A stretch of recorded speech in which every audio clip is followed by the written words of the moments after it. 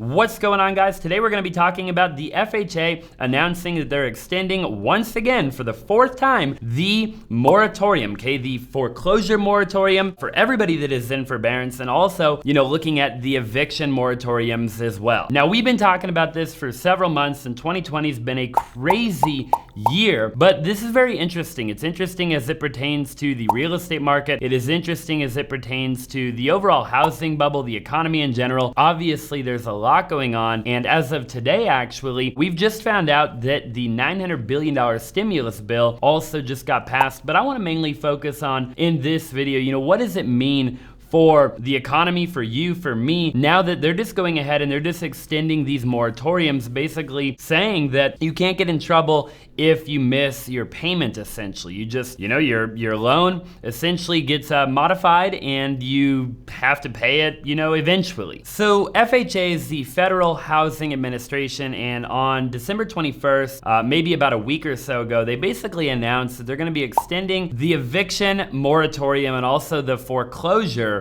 moratorium. So this is actually the fourth extension that we've seen as it pertains to the eviction moratorium. And this pertains to anybody that has an FHA insured loan. So HUD Secretary Ben Carson basically just said that today's foreclosure moratorium and forbearance extensions for single family homeowners ensure American homeowners continue to have the critical relief and support that they need to get back to financial stability. They're basically just saying that the pandemic has caused major hardship to a lot of American families, especially these American families, and the Federal Housing Administration is going to continue to assist borrowers who are struggling to regain their financial footing as a result of the overall pandemic. Look, at the end of the day, this is interesting and it will impact the overall market. Now, again, this is a fourth extension that they've made so far, so we can probably expect that Fannie Mae and Freddie Mac will probably follow the FHA program, right? FHA, the Federal Housing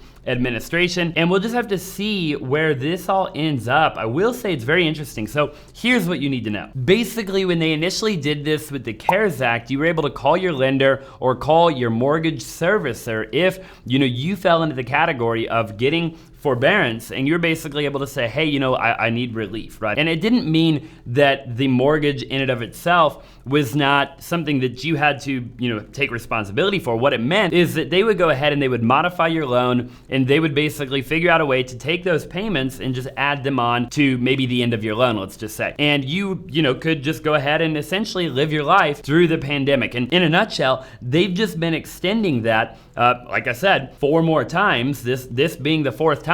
So basically now you've got, millions and millions. I wanna say you've got like 4 or 5 million people that are in forbearance, right? That have basically reached out and requested relief that they didn't have to pay their mortgage. And you've got millions more people that are facing a potential eviction that are not being evicted due to the eviction moratorium. Now, the bill that just got passed, okay, a $900 billion bill, just got signed by the president, by Donald Trump, and it actually passed in the House, I believe, 275 votes to about 134. The Senate is waiting to pass that bill, but this should go 100% smoothly the way that I see it, okay? The president did ask for a cash advance, or a cash, basically, there's like a cash thing in the bill that Trump is pushing for, saying that he wants the checks not to be $600 a check, but instead $2,000 a check, and we'll see how that all plays out. But as it pertains to, kind of the evictions and the forbearance and the foreclosures and everything like that, nobody's getting foreclosed on, right? So you have about 11 million people, give or take, that are unemployed, compared to that of 2008, right? The last major market crash, market meltdown, yet about 10 or so million people unemployed. How is this going to affect the housing market, right? When you have millions of people that can't afford to pay their mortgage, will time correct the problem, or will it not correct the problem?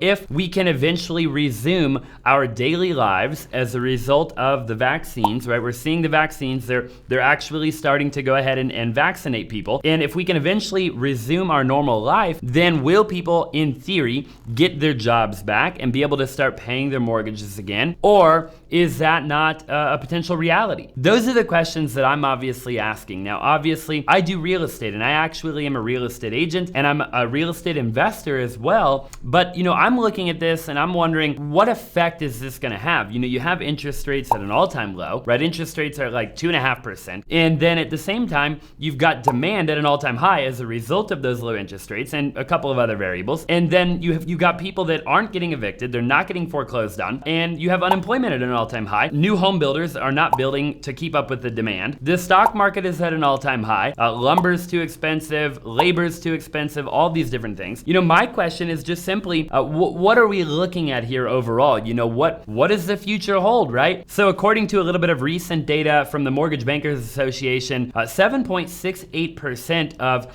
Ginnie Mae securities, okay, primarily mortgages backed by the FHA and also the VA program, the Veterans Administration, are in some stage of forbearance, okay? So this is obviously very interesting. These numbers are fairly staggering high, and I look at the data and I have to ask myself, you know, how does it all play out? What does it look and feel like? You know, maybe nothing happens in 2021, right? Maybe 2021, you know, is just a year of rebuilding and everything like that. But if interest rates continue to go at the rate that they're going, will they eventually be negative, right? And what will that ultimately look like? If the Fed continues to print money at the rate that they're printing it, what will that mean for the value of the United States dollar, right? And are you better off going and investing into real estate, into rental properties, or whatever you may be able to invest in? Because ultimately, it seems to me, and maybe I'm wrong, right? I'm happy to be wrong, but it seems to me that at the rate we're going, that the US dollar isn't gonna be worth anything. I mean, again, you've got to help the people that need help, of course, because the government,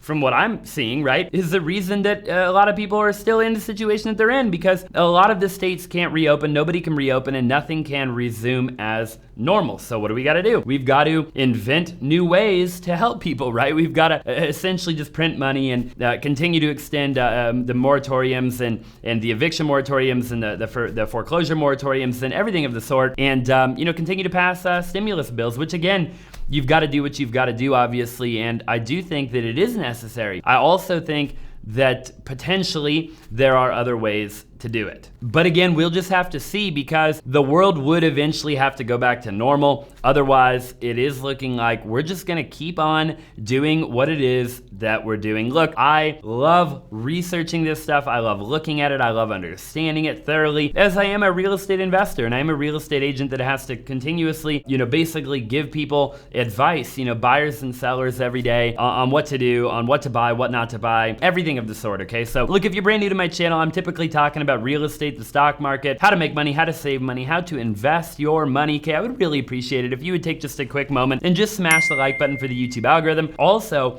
definitely comment down below what questions you have, what you think, and I'm happy to make videos on whatever it is that you guys are interested in. Ultimately, I really appreciate you for watching, and I look forward to seeing you in the next video.